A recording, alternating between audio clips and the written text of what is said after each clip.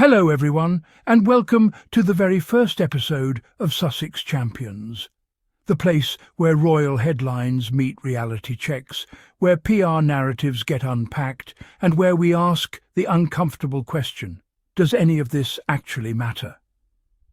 I'm Mark, your host, and today we're diving into a story that British tabloids are treating like the second coming of the Industrial Revolution, but with cider. Yes, today's episode is all about Prince William, pubs, and the so-called William effect.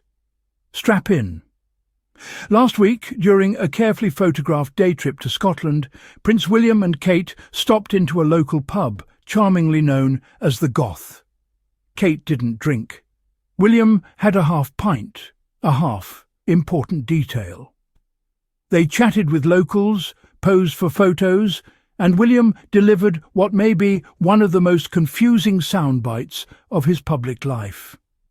Now, unless the Prince of Wales was secretly raised behind the bar at Wetherspoons, this statement raises questions. Plural, many questions. Still, the visit was framed as warm, relatable, and deeply meaningful. A future king connecting with ordinary people over a pint he barely finished. Here's where the context matters. British pubs are genuinely struggling. Hundreds have closed under the weight of rising energy costs, increased taxes, shrinking margins, and inconsistent government support. Just days after William's pub appearance, pubs were told they'd receive 15% off business rates, a move critics immediately slammed as too little, too late. So yes, pubs are hurting. That part is real.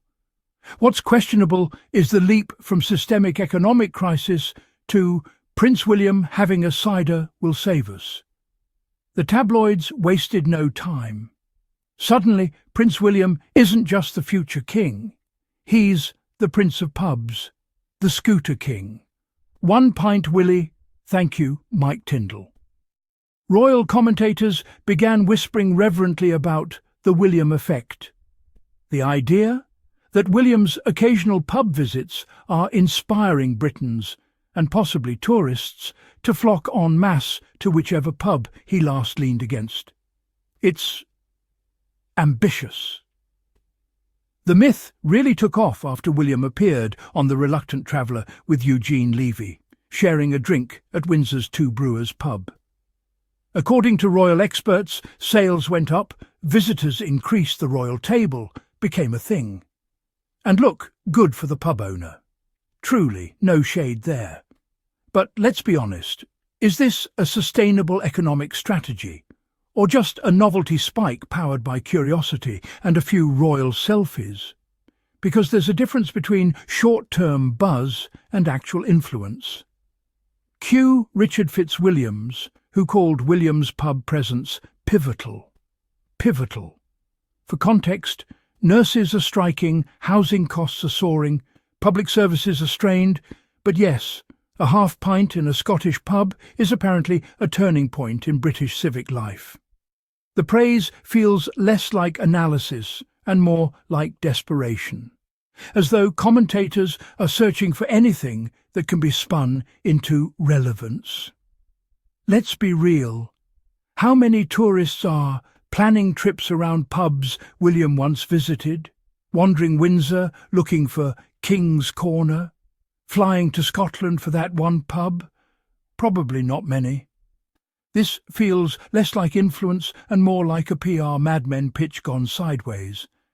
And voila, One Pint Willy, Prince of Pubs. What this story quietly reveals is something bigger.